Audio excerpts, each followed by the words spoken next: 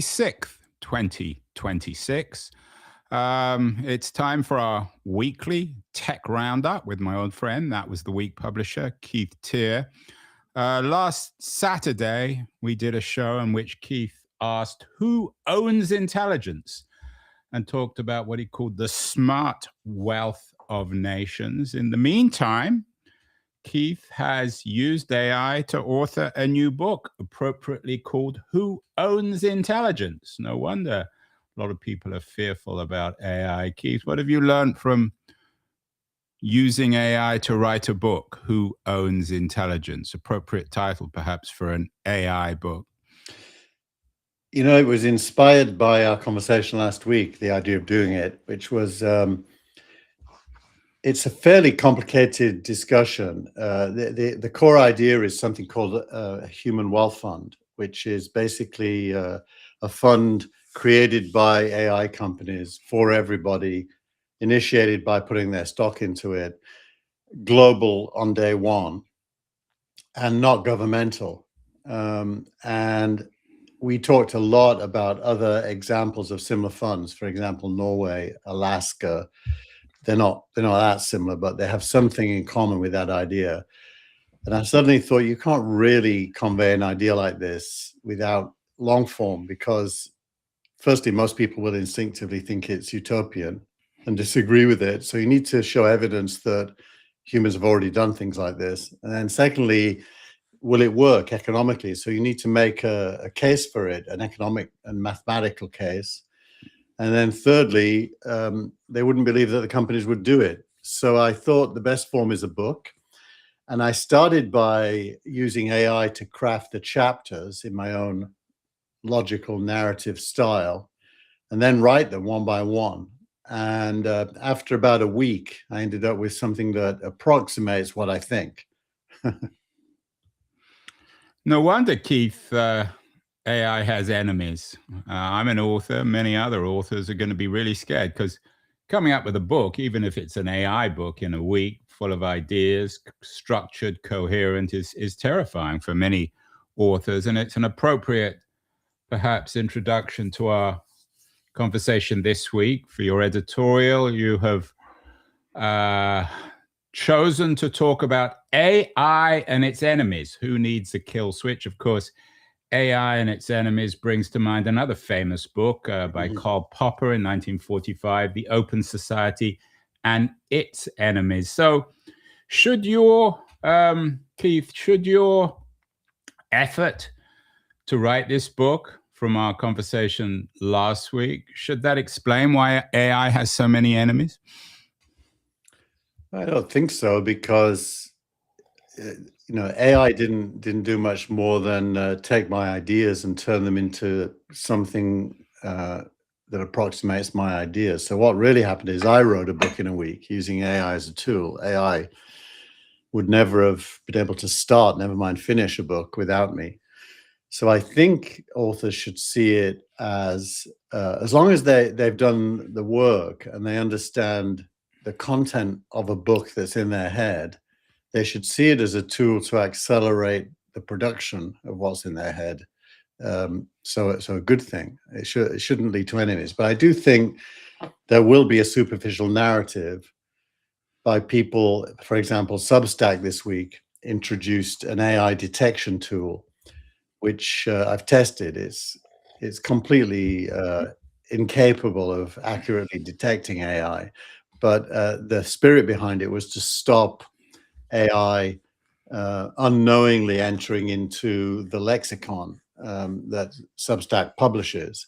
So yeah, they're definitely. So would we both publish on Substack. It's interesting. Would Substack then sniff out your AI, or at least maybe somewhat authored book, Who Owns Intelligence? Would you be able to publish this on Substack? Well, they don't stop you publishing it. They give readers the tool to ask the question, how much. I see. So most readers aren't going to waste their time. Most won't. But I tested it on this week's editorial, which it said was 100% AI, and actually was 100% me.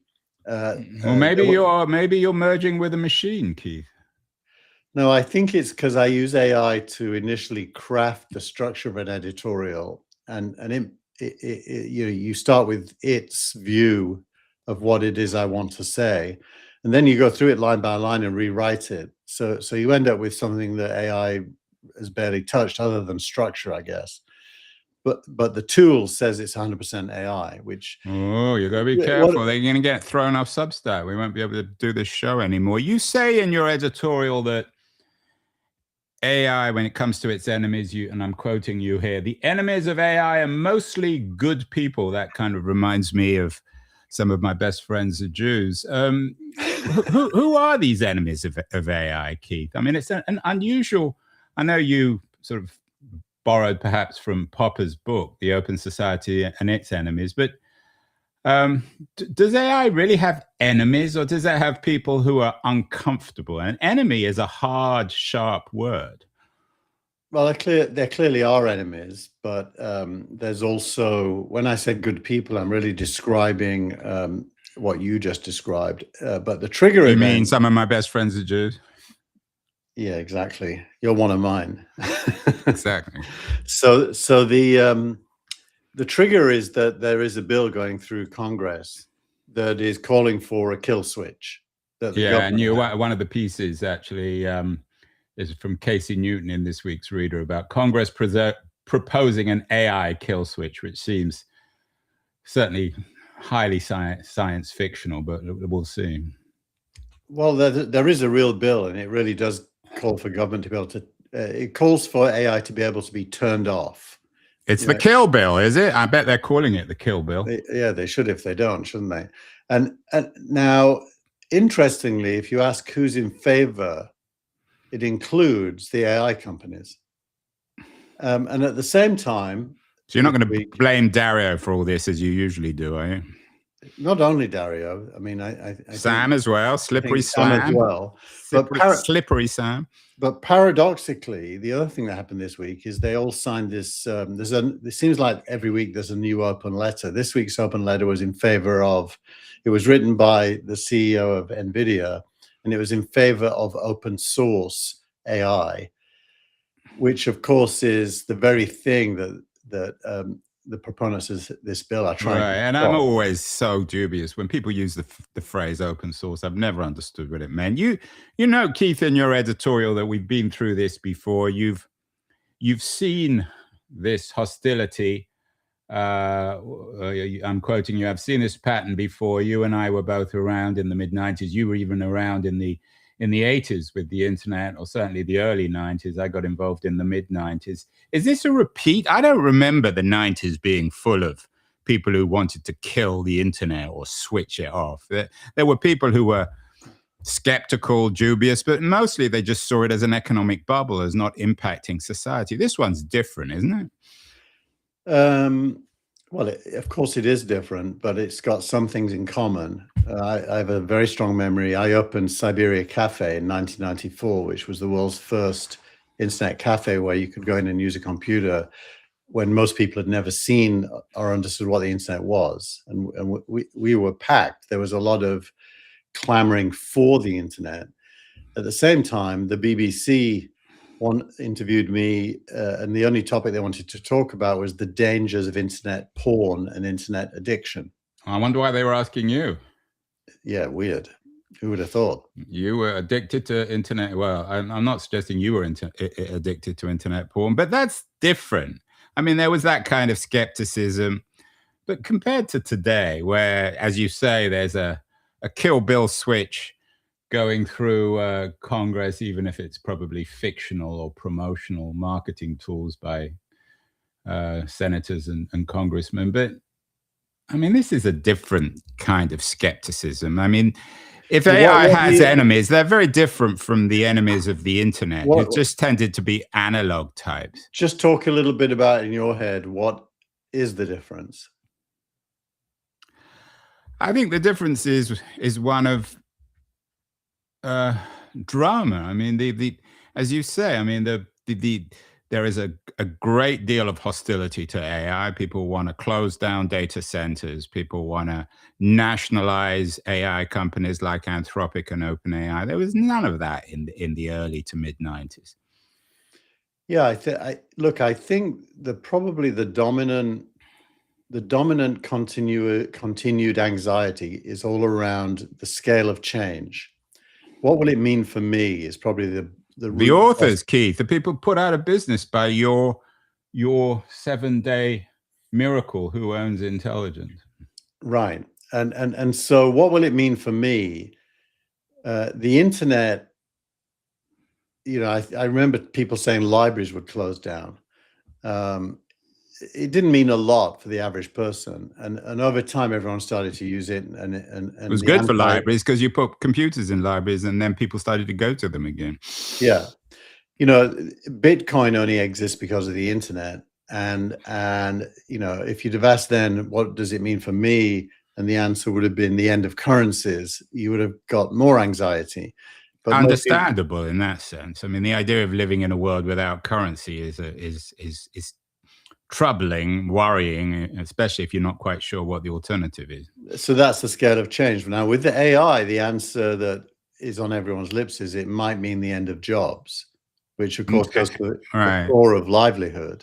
Well, the end not just of jobs, but of man himself. I mean, as smart machines, if you talk about AGI replacing human intelligence, or AGI replicating, competing with human intelligence, and then maybe acquiring its own intelligence, we're talking about a species defining or perhaps killing event. We'll come to that later, Keith, but let me come back to your phrase. The enemies of AI are mostly good people. So I take your point. They're authors and other types worried about their livelihoods. You say mostly good people. Who aren't good? Who are the enemies of AI that aren't good people? I think the AI companies themselves that are trying to get to be regulated by government in order to prevent especially open source competitors having access to a free market. And is that Dario and Sam mostly? They're at the heart of it. I think there's a scale. I think Dario's totally trying to do that. You got to remember he paid $1.5 billion this week as a fine, a settlement, not a fine, for having stolen. Was it a lot of books? I can't remember how many it was. Something like. Yeah, and he's not alone. I mean, Google seemed to pay those fines every week, one way or the other. And they've been paying those fines for the last 25 years. But he's and I've said this often. He's an entrepreneur. He's devious. He strategizes, and being regulated is part of a strategy. So he's probably the most sincere in wanting government regulation in order to prevent competition. So you kick away. So you're arguing that he's not a good person because he's trying to kick away the ladder and maintain the moat between him and everyone else. I think Altman kind of zigzags between that point of view and the open source view, which are incompatible with each other, by the way. And then Musk is completely in the open source camp, and doesn't want government to be involved really at all. So there's a spectrum. So Musk's one of the good guys in your mind, at least, Keith. In this context. And what about Google? Google didn't have a great week. They announced their earnings and were pretty good, but their earnings were incredibly good, but they lost $5 billion of free cash flow because of their spending. Yeah, which is a classic market response. Is Google one of the good people here, one of the bad guys? I think they're relatively good on the narrow question of open source. They contribute to it. There isn't really a whole lot of good when it comes to, if you add the word Chinese to the start of open source. The big question of the week is, why is all the good open source AI coming from China? Where is the American open source AI? Yeah, some skeptics or cynics might say it's because it gets funded by the Chinese state to undermine private enterprise. But that's just not factually true. So why, in your view, why are the Chinese better? Why do they have more competitive open source models? It's a fairly simple answer. They don't have access to walls of NVIDIA GPUs, so they have to make do with lesser hardware for training, which means they're forced to use what's called inference, which is using someone else's AI, asking it lots of questions and learning from the answers. And that's a cheaper exercise. And so they're producing AIs that have leveraged many times Anthropic and OpenAI on public interfaces to train a new AI on the answers. So it's ironic then that the CEO of NVIDIA has articulated, at least in PR speak, support for open source technology, if the reason why the Americans are trailing the Chinese on open source are his chips. Yeah, but he's so he has his cake and eats it, basically. Yeah, obviously NVIDIA's interest is in making sure that everyone can buy NVIDIA chips, and for that to be to happen, there has to be a very big market in building AI models. And so support for open source just is another way of saying more customers. Logical. So who are the bad guys then? One of your pieces, I don't think you're a big fan of Paul Krugman, but you often have his pieces. He interviews one of your old friends, Lina Khan. Krugman and Khan, proponents of nationalizing AI, would they believe in this kill switch, do you think? They don't really talk about their topic is by the way, it's an interview between the two of them, so it's kind of meandering. But if you wanted to extract from it, Khan is really she's not a good person, is she, Keith? You've never presented her as a good person. She definitely has the persona in her own mind of being a good person. So her core is consumer protection, protecting the average person from things that would happen to them if big companies are allowed to just do whatever they want. So, on the face of it, you think, okay, well, that's reasonable. But in doing that, you end up having to ask the question, who makes the rules and who decides what is dangerous and what is not dangerous? And that's where it ends up going wrong, because the definition of danger that she supports is almost parental and treating consumers as children. Yeah. As the father of 3 boys, Keith, you're anti-parental, and you make it very clear that the problem, while you acknowledge lots of problems with AI, and who doesn't, the answer is not nationalization. You don't want the Lina Khans of the world determining AI policy. Is that fair? Absolutely fair. I think government can't really understand how fast AI is changing. If government was to get AI today, 3 months from now, that AI would have been replaced by a better AI. And governments are just not in a good place to lead product change and react to product change. The only thing they can really do is slow it down in their attempts to understand it in order to then control it. And it isn't so much ideological, it's practical. It just wouldn't work. And so there's no point starting there as a remedy to anything. If you do believe that AI is potentially dangerous, probably the best thing that happened this week is when the OpenAI models hacked Hugging Face in the laboratory, when the rails were taken off of the OpenAI models, and they were given a task that required them to do that. And what you found is that OpenAI understood what was happening, stopped it, reported it much faster than any government would be able to. So the right point of control really is the companies themselves, and they should be held to a high standard. But it's the people, they're the ones you're criticizing, the Darios and the Sam Altmans of the world. You say they're all self-interested, so why would we trust them? For wanting to be regulated. And I think you got to put that into the economic part of their brain, whereas what they did in the lab at OpenAI when this hack happened was the technical part of their brain.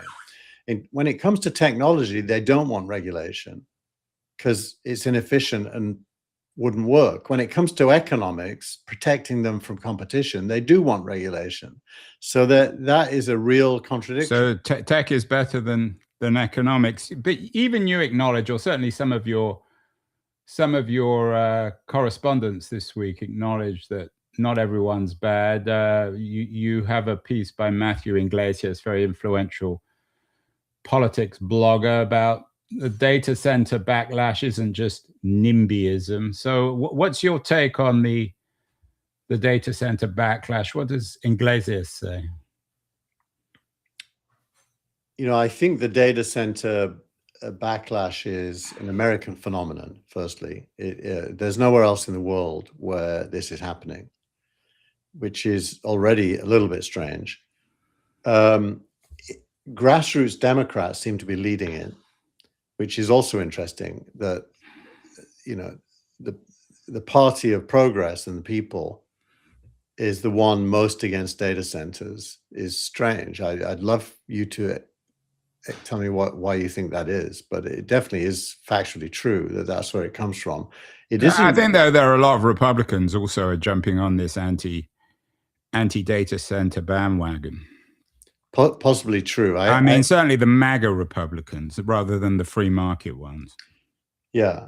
I haven't tracked that, Andrew, but I believe you. It makes sense, because politicians ultimately go where people go, because they want to be popular. So they tend to embrace bottoms-up policy instead of standing for something and trying to get people to agree with it. Yeah, I mean, the thing with the data center backlash, which is interesting, is it goes against core, you talked about economic principles, that clearly for communities, having a data center should be in their interest. They get huge amounts of investment and many jobs. But there are many of them, or certainly there are activists within all these communities that are against it. So it's turning down economic upside. I mean, they might argue in the long term there's no upside. Well, what Iglesias does is he separates out bottoms up kind of local resistance, which is often micropolitics. It's like, we don't want that piece of land to become a data center because it'll spoil the view type of reaction. He separates that from statewide bans, which are coming from politicians, and says they're not the same thing. I think that's kind of right. And who's doing the statewide bans? It's almost all democratic states, which is just bizarre to me. What do you think is going on there? Well, I think we can learn from history. One of the other pieces you connect with this week is a book review by Noah Smith of an older book. It was a book review a couple of years ago, but he's reposting it. Power and Progress by Acemoglu and Simon Johnson. Simon Johnson was actually on my show a couple of years ago talking about this book. And it talks about this 1,000-year struggle over technology and prosperity. And it seems as if Johnson and Acemoglu are arguing that there's good and bad technological progress. It needs to be controlled by, shall we say, the middle classes. What's your take? Another influential book. Actually, this book helped, I think, Acemoglu and Johnson win the Nobel Prize. Yeah. Look, it's an interesting essay because it fails to solve the problem it sets. But the problem it sets is that power over technology has always been centralized and governmental. But technology itself, coming from entrepreneurs, is decentralized and not at all governmental. And, that leads to the question, how is technology controlled? Which in a way is the wrong question. I mean, I don't think technology is ever controlled. I think at least good technology that benefits people tends to have this spontaneous growth in it, organic growth, if you will. Like me doing the book. Nobody told me to do the book. I just knew I could. If you go to the chapters, by Yeah, the although way, you might call it a book in quotation marks because it's not a physical book. No well, one can click buy on it. the word "read" at the top. Oh, you can't because I that's can't click on it, but anyone can. I can put into Claude after this. I can feed this whole post, and it can create 60,000 words. It doesn't really make it a book, but anyway. Well, a book is it ultimately comes down to how much of you is in it, Andrew. Well, a book is something that people read. A book like Acemoglu and Johnson's Power and Progress, or Popper's The Open Society and Its Enemies. Otherwise, I guess you can call it a book, but... Well, what you're looking at is the website created from the book. There's also a Word document that is just a book. Whether it's printed or digitized doesn't really matter. It's still a book. But still, a book seems to me, defining a book, obviously, you can have 60,000 words, but someone's got to read it to make it a book. You can author it, but once people start reading your 60,000 words about who owns intelligence, I might acknowledge in my mind, at least, that it's a book at the moment. Well, I have to publish it first, which I haven't, by the way, just so everyone knows. And I think as we've talked before, you might struggle to have it published. So why do you say that? Why do you say that? I'm sure if I wanted to publish it, I could. Well, you could self-publish it, but I don't think you'd find a publisher to publish it. I don't know. I've published not as many books as you, but I've had 2 books published in the past. Yeah, how many years ago was that? Why is that important? Are we having a kind of a little no? But it was what, 50 years ago? No, 40, I published the EasyNet book in 1998. Okay, well, when I will be thrilled to be wrong on this one. When you get your book published by a real publisher, we'll have a whole show on it. Isn't it up to me whether that happens more than anyone else? It's if I want it to happen, I'm sure I can make it happen. We will see. Let's talk about. Last week we talked about Tim O'Reilly's argument that Musk is sort of anti-Smithian, Adam Smith, in the sense that he represents a kind of monarchical view of economics, and I think that's the essence of the Acemoglu Johnson book, Power and Progress. That middle-class innovation or innovation from below is a good thing, and they're very wary of the kind of Muskian monarchism. One of the other interesting pieces that you linked to this week is by Reena Chandran about why state-owned AI won't solve inequality. We clearly have an inequality problem when you have trillionaires like Musk. What can, if state-owned AI won't solve inequality, which may be true, what can solve it then? What does she say? Well, I think she is trying to grapple with AI. Her main effort is to try to separate historical ownership over industry with ownership of AI and make them distinct and separate. So she talks about Bernie Sanders' 50% ownership idea, which you rather like. It's part of your who owns intelligence argument. Yeah, and she also recognizes that globally, state ownership of technology is not unusual. The Norwegian ownership of the oil maybe is the biggest example, and it's led to the world's biggest sovereign wealth fund in Norway that every citizen benefits from individually. So there's clearly precedent, and she's not wrong to ask the question: if AI is going to replace workers, which the power and technology book says society has an option there. It can opt not to replace workers. I actually think that's not true. I think technology will force an outcome that is just logical, without bad intent, which ultimately leads to the end of most jobs. I think that's very likely. She takes that on board and says, well, therefore there has to be a new social contract. And ownership has become the focal point for that, because instead of tax, which has a bad rap, obviously, and is seen as anti-individual, ownership is pro-individual. And in a world where individuals become more and more important, especially in their own heads, ownership seems a fantastic alignment to future needs. And that's why I like the Sanders thing. I don't like his form of it, by the way. I just like the idea of ownership being at the core.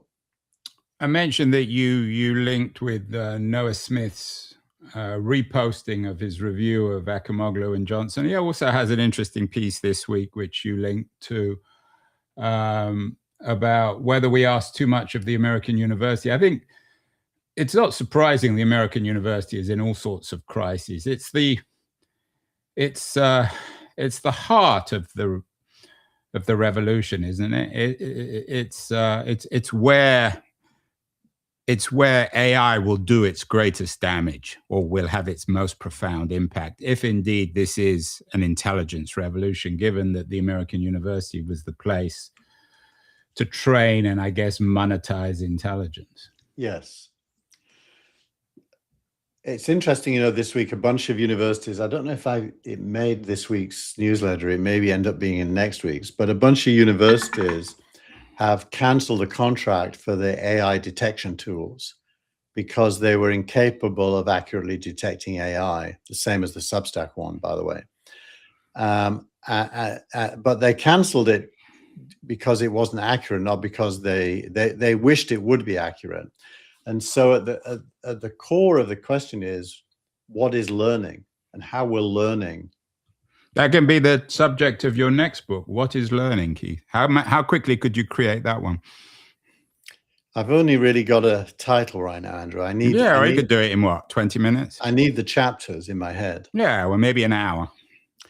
You see, what you're doing there is a very good example of by the way, I suspect you don't really believe what you're saying, so this is going to be insulting. Or maybe an hour and a half. It's going to be insulting, but the real you doesn't believe it, so it's not really insulting.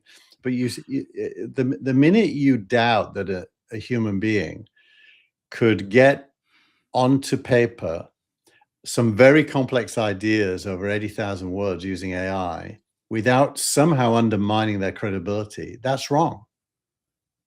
Well, let's take that example. Let's say that Karl Popper had OpenAI or Claude back in 1945. Could he have written, I don't know how long it took. I think he spent most of the Second World War writing the book, which is enormously influential. There are 2 volumes to it.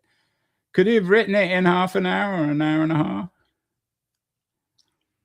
It doesn't seem, that's like saying before the car, could somebody go from Manchester to London in 2.5 hours? Well, we know the answer to that. They couldn't. But thank God someone invented the car and now they can. And thank God somebody invented AI, so you now could. I don't understand how it undermines the human agency.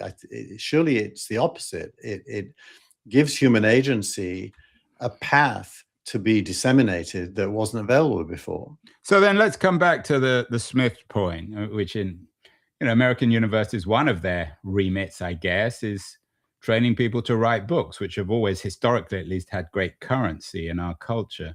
What's the point of an American university in our AI age? Yeah, look, we talked last week about bottling intelligence. What universities are doing is bottling learning or teaching, and they charge a lot for it. They're metering intelligence to those who can afford to pay for it, mainly in America. In the rest of the world, not so true. Universities are free in much of Europe, for example. So that business model seems to have be past its sell-by date, I think. I mean, I don't think you can hire 50 professors, put them on a campus that costs a lot of money to build, charge people $60,000 to $80,000 a year to attend, give them a piece of paper at the end, and now they're educated, in quotes. That will be probably the worst way to learn in the not too distant future. because it's so inefficient and costly on both time, by the way, and money. It just doesn't seem to make sense. I wonder whether there's any coincidence that just as we live in an age where Congress at least is proposing an AI kill switch, whether it's, as I said, it seems to me just marketing fluff, but we will see. We also live in an age where the American state, or the current MAGA state, is interfering in universities, telling people what they can and can't teach, sometimes even what they can and can't read. Is this connected, do you think? Is it coincidental that in the age of AI, of all this uncertainty, the state is becoming more and more reactive? I mean, you're not alone in saying that government-owned AI is a terrible idea. I mean, I agree with you 100%. Michael Bloomberg wrote a piece saying government-owned AI is a terrible idea that you include. But what is it about the state? Are we falling back on it because it's our only certainty? Well, I think the state, the modern state, is the outcome of democracy. And in a way, we should cling to it because it's what we collectively created to manage and organize society in all of its complex needs in a way that individuals can't. And that, and the legal system, going back to habeas corpus, the legal system provides a framework for getting things done. The law courts provide a framework for judging whether you did it the right way or not, and give everyone recourse. There is debate and discussion leading to laws and acts in the legislature, and the executive branch executes all that. It's the state, depicted properly, is a fantastic outcome of modern times, and the nation state is, compared to anything that came before, fantastic. What's wrong is that it's become both corrupt and flawed in various ways. It's really no longer an expression of the people, and that therein lies, what needs to be unpacked. What should a modern state look like? And then I think it gets even further complicated by globalization driven by technology, where things that pop up in America yesterday will pop up in, let's say, Singapore tomorrow. There's really no borders when it comes to technology. That leads to a globalizing policy need that is absent. So what exactly are you calling for? One of the other pieces you connect with is from the San Francisco Standard about AI's new political donor class, which of course is made up of people like Dario and Sam and everybody else, Musk, is already outspending big tech's last one. Would you call for profound campaign finance laws so that this new AI plutocracy can't buy elections and politicians?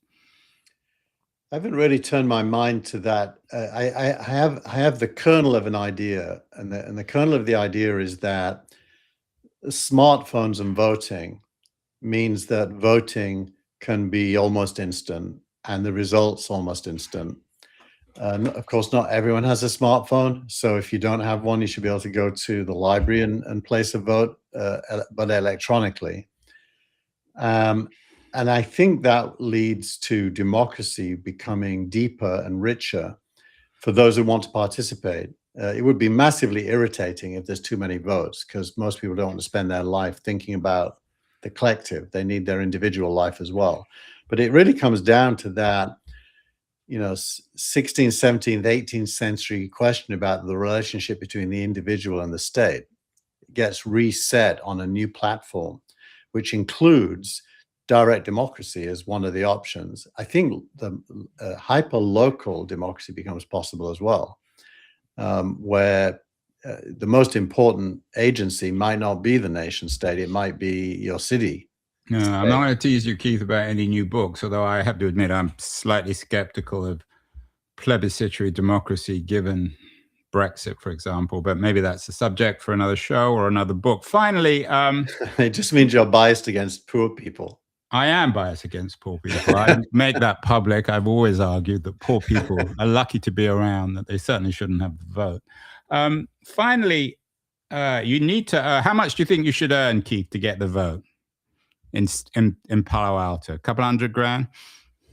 You shouldn't need to earn anything. You should just. So even people who don't earn money should get the vote? You're being facetious, but I want to understand what's behind your facetiousness. So keep going. Well, I'm just curious. So finally, my interview of the week, and it's a surprising one, given this is supposed to be a tech show, it was titled "The Seduction of the American Mind" by a young woman, Emily Akin, who's a book reviewer on the New York Times Book Review. She has a new book out called "The Frenchman, or My Life in Theory," which is a kind of it's an excellent autobiography of her experience with French theory, guys like Michel Foucault. But she notes, and I think this is a good way to end this show. She ends by suggesting that whilst a lot of people have been very skeptical of post-structuralists or so-called post-structuralists or postmodernists like Michel Foucault, that he was actually right in a way. In his book, The Order of Things, which was written in 1966, so 20 years after The Open Society and Its Enemies, another influential book, he argues that, and I'm quoting him here, this is the last sentence in the whole book. He said, and he's talking about man, before the end of the 18th century, man did not exist any more than the potency of life, the fecundity of labor, or the historical density of language. He is quite a recent creature, while the demiurge of knowledge fabricated with its own hands less than 200 years ago. But he has grown old so quickly that it has become only too easy to imagine that he has been waiting for thousands of years in the darkness for that moment of illumination in which he would be finally known. And he talks about us disappearing. So I think Akin's argument in our conversation is that Foucault's prediction of the end of man in books like The Order of Things are actually being realized in our AI age, which is kind of ironic. I don't know whether you're familiar with Foucault. I think the opposite's true. I do think postmodernism understood something that especially ideological Marxists didn't. Ideological Marxists tend to conceptualize in terms of the collective. Modernism was all about social engineering at big scale, abstract, and that leads to Stalinist-like social construction. And the postmodernists understood the individual as it emerged in somewhat mundane ways. I mean, look at the Pantone color system that lets you choose your color scheme. It is intensely individual, but very satisfying for people who care about colors.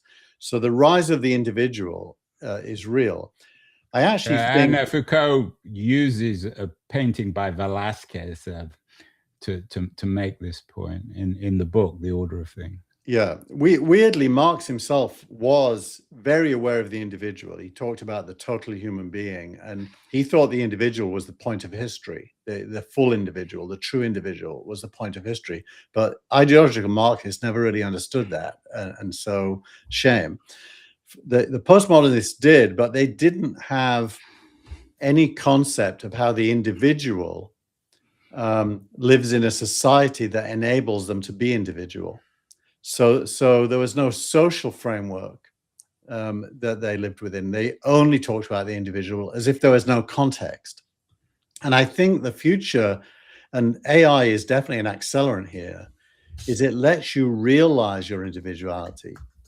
Farther from taking it away, that my, in quotes, book is a realization of me. It really is. The chapters are mine, the arguments are mine. The putting it down in one place is me. The actual writing was not done by me, but it couldn't have been written without me. So it's a realization of my individual self, not an alienation of it. And I think the future is really all about the individual and society flourishing together. Well, there you have it.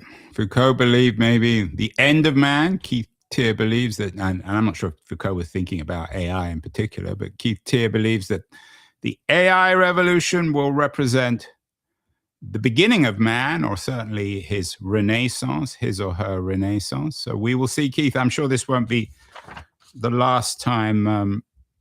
The last time we talk about this. How many books are you going to write this week before our next show? Unfortunately, I have a job. So the answer is this week I have no plans to write a book. But last week we did the show on Friday. So you did have an extra day for the book. So I had 2 extra days to write a book, which I don't have this week. Well, we will see. We will come back to this. Maybe you can slip a book in when you have a couple of hours in the evening. Always dangerous to slip things in unknown.